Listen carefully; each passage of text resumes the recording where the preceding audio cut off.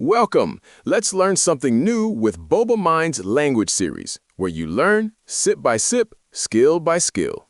I'm Duke, and this is Kate. And today, Duke, I'm really looking forward to diving into the world of William Shakespeare. He's such a towering figure, but sometimes I feel like I only know the broad strokes. You've come to the right place, Kate. He truly is the greatest writer in the English language, and his impact is just immense. Born in 1564, he left his mark on the world until 1616, and we're still talking about him centuries later. That's incredible. So why do we still care so much about someone who lived so long ago? What makes him so historically and culturally significant? That's a fantastic question, Kate. Shakespeare didn't just write plays. He practically defined the English language as we know it. He invented thousands of words and phrases that we still use today, like wild goose chase or break the ice. Culturally, his works were for everyone, from the groundlings in the pit to the queen herself. They reflected the human condition in a way that truly resonated with people across all walks of life. Wow, I never realized he coined so many common phrases. That's a real eye-opener. And speaking of his time, what were the traditions and customs like around theater back then? Was it very different from going to a play today? Oh, absolutely. It was a completely different ballgame. Imagine a bustling, open-air theater like the Globe, with people eating, drinking, and shouting their reactions. There were no elaborate sets. The language painted the pictures. And here's a fun fact. All the female roles were played by young men or boys, as it was considered improper for women to be on stage. It was a lively, interactive experience, much more boisterous than our quiet theaters today. That sounds amazing and a bit chaotic. So despite all those differences, his plays like Hamlet, Romeo and Juliet, and Macbeth are still performed everywhere.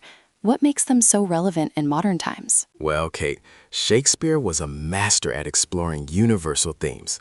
Love, revenge, ambition, jealousy, power, identity. These are human struggles that stand the test of time. Whether it's the star-crossed lovers in Romeo and Juliet, or the ambition driving Macbeth, or the deep philosophical questions posed in Hamlet, these stories connect with us on a very personal level. We see ourselves, our relationships, and our society reflected in his words. I can definitely see that. I mean, who hasn't felt the pang of unrequited love or the struggle with a tough decision? Have you ever had a personal connection to one of his works, Duke? Definitely. I remember reading Hamlet for the first time in high school and feeling that intensity of grappling with grief and indecision. It really struck a chord. And even just casually, when someone says all's well that ends well, or to be or not to be, you realize his words are woven into the fabric of our everyday language. He gave us a common vocabulary for human experience. That's so true. It's almost like he's a household name, even if you've never seen a play. Now, thinking globally, how do his works transcend cultural barriers?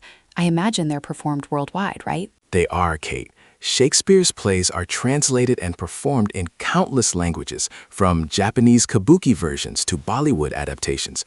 The core human emotions and dilemmas he depicts are universal. A mother's grief, a lover's passion, a leader's corruption, these resonate no matter the cultural context. Different cultures find ways to reinterpret his stories, bringing new perspectives while retaining the heart of his timeless narratives. He's truly a global phenomenon. That's just incredible. It really makes you appreciate the genius of William Shakespeare, the depth of his writing, and how he continues to influence us today, whether we realize it or not. Exactly. He might have lived centuries ago, but his words and stories are as alive and relevant as ever. It's a testament to his sheer talent and his deep understanding of what it means to be human. Thank you for joining us. Check out our other podcasts for more interesting and significant content. Boba Mind's language series, where you learn, sip by sip, skill by skill. To learn more and sign up for free, visit bobaminds.com.